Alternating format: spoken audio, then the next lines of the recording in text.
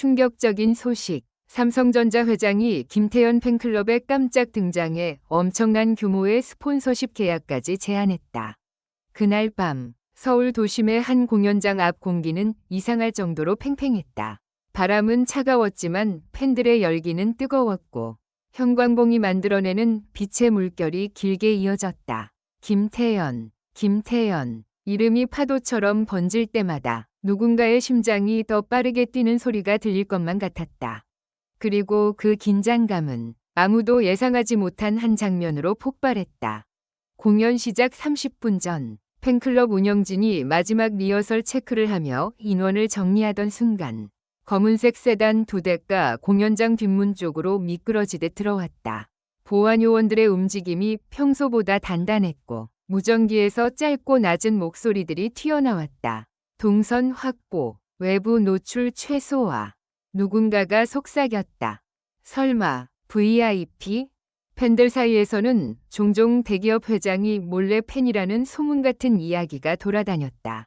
그건 대체로 웃자고 던지는 농담이었고 사진 한 장 없는 뜬소문으로 끝나곤 했다. 하지만 그날은 달랐다. 공연장 스태프들 표정이 갑자기 굳어졌고 운영진의 손끝이 미세하게 떨렸다. 마치 누군가 지금부터 모든 게 바뀐다 고 미리 통보한 듯했다. 무대 뒤 대기실 복도는 숨을 죽였다. 조명이 하얗게 번지는 바닥 위로 정장 차림의 한 남자가 천천히 걸어 들어왔다. 얼굴은 깔끔하게 정돈되어 있었고 눈빛은 놀라울 만큼 침착했다. 그가 누구인지 확신할 수 없었지만 주변 사람들이 그를 회장님이라 부르는 순간 공기는 칼날처럼 예리해졌다. 팬클럽 대표는 순간 머리가 하얘졌다. 여기는 팬클럽 대기구역이라서. 남자는 고개를 가볍게 끄덕이며 말했다. 알고 왔습니다. 잠깐만, 정말 잠깐이면 됩니다. 그 짧은 한마디가 이상하게도 사람들을 설득했다. 강압적이지 않았지만 거절할 수 없게 만드는 무게가 있었다. 팬클럽 대표가 안내하자 남자는 조용히 의자에 앉았다. 마치 수십 년 동안 익숙하게 회의를 주재해온 사람처럼 자세가 흔들리지 않았다. 그리고 그가 꺼낸 첫 문장은 팬클럽 운영진의 심장을 정지시키기에 충분했다. 김태현 씨를 오래 지켜봤습니다. 단순한 재능이 아니라 시대를 움직일 목소리라고 생각합니다. 누군가가 침을 삼켰다. 복도 끝에서 들리던 발걸음 소리조차 멈춘 듯했다. 팬클럽 대표는 조심스럽게 물었다. 혹시 응원 메시지를 전하러 오신 건가요? 남자는 잠시 미소를 보였다가 예상치 못한 말을 이어갔다. 응원만 하기엔 이 흐름이 너무 큽니다. 저는 스폰서십을 제안하러 왔습니다. 규모는 작지 않을 겁니다. 그 순간 팬클럽 운영진 몇 명이 동시에 눈을 마주쳤다. 스폰서십? 그것도 작지 않다고? 팬클럽은 어디까지나 자발적 모임이었다. 물품 후원이나 이벤트 협찬은 가끔 있었지만 이 정도 급의 제안은 다른 차원의 이야기였다. 남자는 서류 봉투를 책상 위에 놓았다. 봉투는 두껍지 않았지만 그 존재감은 무겁게 눌러왔다. 조건은 단순합니다. 팬들의 자발성은 훼손하지 않을 것. 그리고 김태현 씨가 더 큰 무대로 갈 때 그 과정에서 상처받지 않도록 안전망을 만들 것. 그 말은 돈보다 더 이상하게 들렸다. 계약서가 아니라 보호의 선언 같았다. 하지만 바로 그때 두 번째 충격이 터졌다. 대기실 문이 열리며 김태현이 모습을 드러낸 것이다. 무대 메이크업을 마친 얼굴은 조명 없이도 밝았고 눈동자에는 긴장과 설렘이 섞여 있었다. 그녀는 상황을 한 번에 이해하지 못한 듯 멈추어 섰다. 무슨 일이에요? 남자는 자리에서 일어나 정중하게 고개를 숙였다. 무대 전인데 죄송합니다. 저는 오늘 당신의 팬들에게 먼저 인사드리고 싶었습니다. 김태현은 당황해 웃음을 흘렸다. 제 팬들에게요?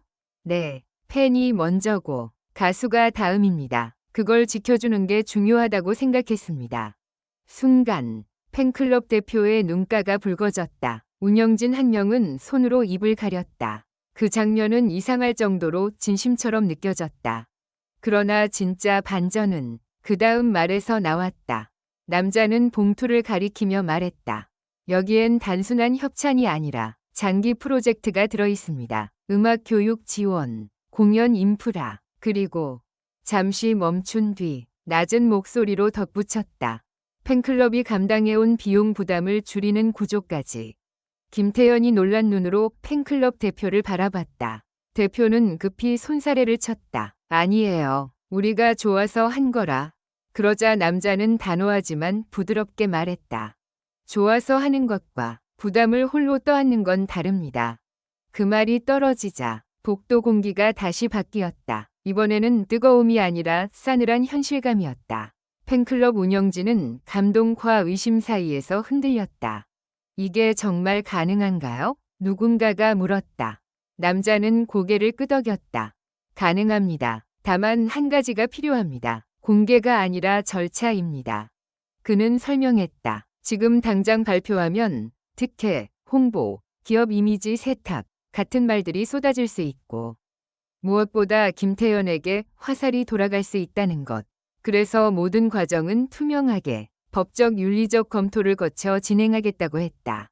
그리고 마지막으로 가장 치명적인 한 문장을 던졌다.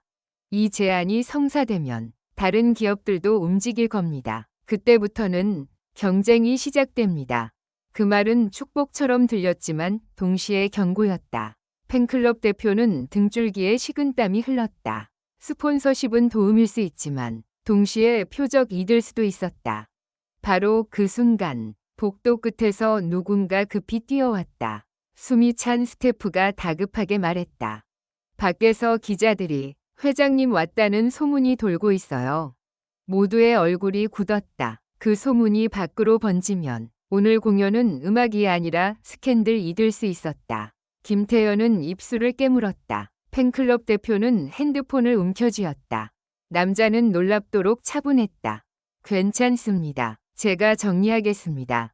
그는 보안요원에게 짧게 지시했다. 동선을 바꾸고 출입문을 통제하고 외부에는 개인 방문 수준으로만 안내하라고. 그의 말은 단 몇 초 만에 시스템이 작동하게 만드는 스위치 같았다. 하지만 정리는 여기서 끝나지 않았다. 남자는 김태현을 바라보며 조용히 말했다. 당신이 원하지 않으면 이 제안은 오늘 여기서 끝입니다. 팬들의 손을 빌려 강요하지 않겠습니다. 그 한마디에 김태현의 눈빛이 달라졌다. 거절할 자유가 있다는 사실이 오히려 그녀를 움직였다. 김태현은 천천히 숨을 들이켰다. 그리고 말했다. 저는 팬들이 다치지 않았으면 좋겠어요. 제 때문에 누군가 상처받는 건 싫어요. 잠시 멈춘 뒤 더 또렷하게 이어갔다. 그 약속이 지켜진다면 저는 앞으로 더 크게 노래할 수 있을 것 같아요. 그 말이 끝나자 팬클럽 운영진 사이에서 작은 울음이 터졌다. 그 울음은 감동이면서도 두려움의 표출이었다. 이제 돌이킬 수 없는 문을 열어버린 기분. 남자는 고개를 끄덕였다. 좋습니다. 그럼 절차대로 갑시다. 그날 공연은 예정대로 시작됐다. 그러나 무대 위 조명 아래에서 김태현이 첫 소절을 부르는 순간 누군가는 이미 알고 있었다. 오늘의 노래는 단지 한 곡이 아니라 다음 장의 서막이라는 것을. 관객석의 어딘가 검은 정장의 남자가 조용히 앉아 있었다. 박수는 크게 치지 않았다. 대신 누구보다 집중한 눈빛으로 무대를 바라봤다. 그 눈빛은 마치 이렇게 말하는 듯했다. 이제 시작이다. 공연이 끝난 뒤 팬들 사이에는 소문이 더 커졌다. 정말 회장이 왔다더라. 스폰서 제안했다더라. 팬클럽에 계약서를 놓고 갔다더라. 하지만 공식 발표는 없었다. 기사도 없었다. 대신 며칠 뒤 팬클럽 공지에 짧은 문장 하나가 올라왔다. 우리는 더 신중하게, 더 안전하게, 더 오래 응원하기로 했습니다. 그리고 그 문장 아래 누구도 설명하지 못하는 긴장감이 달라붙었다. 과연 이 제안은 축복이 될까? 아니면 폭풍의 시작이 될까? 세상은 아직 모른다. 다만 한 가지는 확실했다. 그날 밤 팬들의 함성 뒤에서 누군가가 판을 바꾸는 버튼을 눌렀다는 것만은. 마지막으로 모두 행복한 시간을 보내시길 바랍니다. 이 글은 오락 목적으로만 작성되었으며 현실에 기반한 내용이 아닙니다.